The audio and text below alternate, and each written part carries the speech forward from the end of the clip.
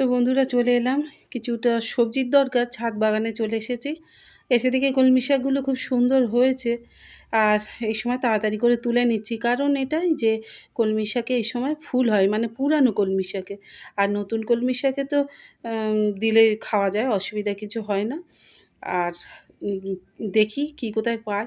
তো বেগুন উপরি পাওনা ওই যে নিয়ে নিলাম যে কটা পারি। আর এদিকে আপনাদের দাদা এই সমস্ত সেই বর্ষাকালে যে সমস্ত বেডগুলো প্রচুর জলে স্যাঁতস্যাঁতে হয়ে গেছে, ড্যাম্প হয়ে যায়, তো সেইগুলো ওই ফাঙ্গাস যাতে না ধরে এই জন্য সব ঢেলে ফেলে শুকনো হচ্ছে। আর ওদিকে পাতা পচা, তারপরে গাছপালা আরও অনেক কিছু নিয়ে আমাদের কী সব নিয়ে কারবার দেখুন, ছাদ বাগানিরা কিন্তু এগুলো করে।